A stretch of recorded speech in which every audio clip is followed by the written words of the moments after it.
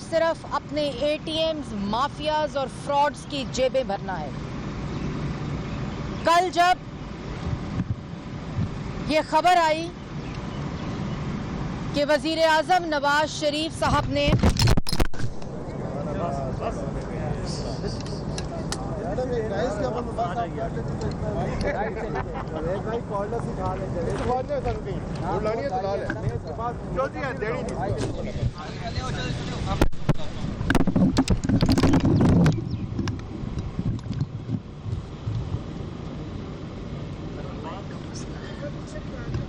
میں پکڑ لیتی ہوں۔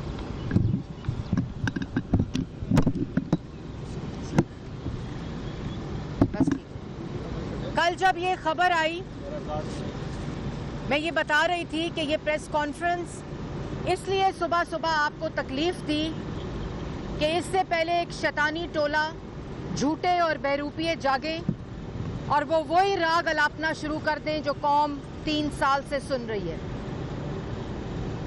اور جن کے پاس اپنے سیاسی مخالفین کے خلاف صرف صحت کے اوپر سیاست کرنے کا بیانیہ ہے، کیونکہ وہ خود ایک کمزور حکومت ہے، وہ چور حکومت ہے، کرپٹ ہے، فراڈیے ہیں اور بہروپیے ہیں، اور وہ صرف اور صرف صحت کے اوپر سیاست کرنا جانتے ہیں۔ کل جب یہ خبر آئی کہ وزیر اعظم نواز شریف صاحب نے جو اپنی ویزا ایکسٹینشن اپلائی کی تھی میڈیکل گراؤنڈز کے اوپر، وہ ہوم آفس یو کے نے وہاں سے معذرت کر لی ہے، اس کے بعد اصل عید ان کرائے کے ترجمانوں کی ہوئی جن کو اپنی کارکردگی بتانے کے لیے تو عوام کے پاس کچھ نہیں ہے۔ وہ کوئی ایسی پریس کانفرنس نہیں کر سکتے جس میں یہ بیان کریں کہ آٹا آج اتنا سستا ہوا ہے، عوام کے لیے چینی، بجلی، گیس، دوائی آج ہم نے سستی کی ہے۔ ایسی کوئی پریس کانفرنس آپ کو کرائے کے ترجمانوں کی سننے کو نہیں ملے گی۔ جس وقت یہ خبر آئی تو میں اس کی حقیقت بتاتی چلوں کہ ایک نارمل پروسیس ہے۔ میاں نواز شریف صاحب کا ویزا ایکسپائر ہوا، اور جو کوئی بھی یو کے میں موجود ہو، جب ان کا ویزا ایکسپائر ہوتا ہے تو وہ ایکسٹینشن کے لیے ایک نارمل پروسیس ہے، اور ایک نارمل پروسیس کے تحت محمد نواز شریف صاحب نے اپنا ویزا ایکسٹینڈ کرنے کی اپلیکیشن دی، جو ہوم آفس نے معذرت کی، اور اسی ہوم آفس نے اس فیصلے کے اندر جہاں معذرت کا فیصلہ ہے اس کے اندر کیٹیگورکلی لکھا کہ آپ اس فیصلے کے خلاف رائٹ آف اپیل رکھتے ہیں امیگریشن ٹرائیبیونل کے اندر، اور اسی رائٹ آف اپیل جو امیگریشن ٹرائیبیونل کے اندر میاں صاحب رکھتے تھے ان کے لائرز نے وہ دائر کر دی، اور جب امیگریشن ٹرائیبیونل کے اندر اپلیکیشن کا پروسیس ٹریگر ہو جاتا ہے تو جو ہوم آفس کا فیصلہ ہوتا ہے وہ ان ایفیکٹو ہوتا ہے، اور جب تک ٹرائیبیونل امیگریشن کا فیصلہ نہیں دیتا تب تک میاں صاحب کا یو کے کا سٹے قانونی قرار دیا جاتا ہے۔ اور اس کے اوپر کرائے کے ترجمانوں کی عید ہوئی، کیونکہ اصل مقصد تو صرف نواز شریف، نواز شریف، نواز شریف، شہباز شریف، شہباز شریف، شہباز شریف، 3 سال میں احتساب کا بیانیہ دفن، جو جھوٹے الزامات لگائے اس کی حقیقت دفن، نواز شریف سے لے کر شہباز شریف سے لے کر حمزہ شہباز سے لے کر مریم نواز سے لے کر تمام مسلم لیگ نون کی قیادت سزائے موت کی چکیوں میں رکھا، جھوٹے الزامات لگائے، اور جب ایک دھیلے کی کرپشن، کک بیک، اختیارات کا ناجائز استعمال اور ایک شائبہ، کہیں ایک جگہ کے اوپر بھی کوئی شبہ بھی نہیں کہ کوئی کرپشن ہوئی ہے، 3 دفعہ کا منتخب وزیر اعظم اور ہر منصوبے کے اوپر نواز شریف کی تختی ہے، ایک دھیلے کی کرپشن ثابت نہیں کر سکے اپنے جھوٹے الزامات کے اوپر۔ اور یہ مریم اورنگزیب نہیں کہہ رہی، یہ لاہور ہائی کورٹ کہہ رہی ہے، یہ اسلام آباد ہائی کورٹ کہہ رہی ہے، یہ سپریم کورٹ کہہ رہی ہے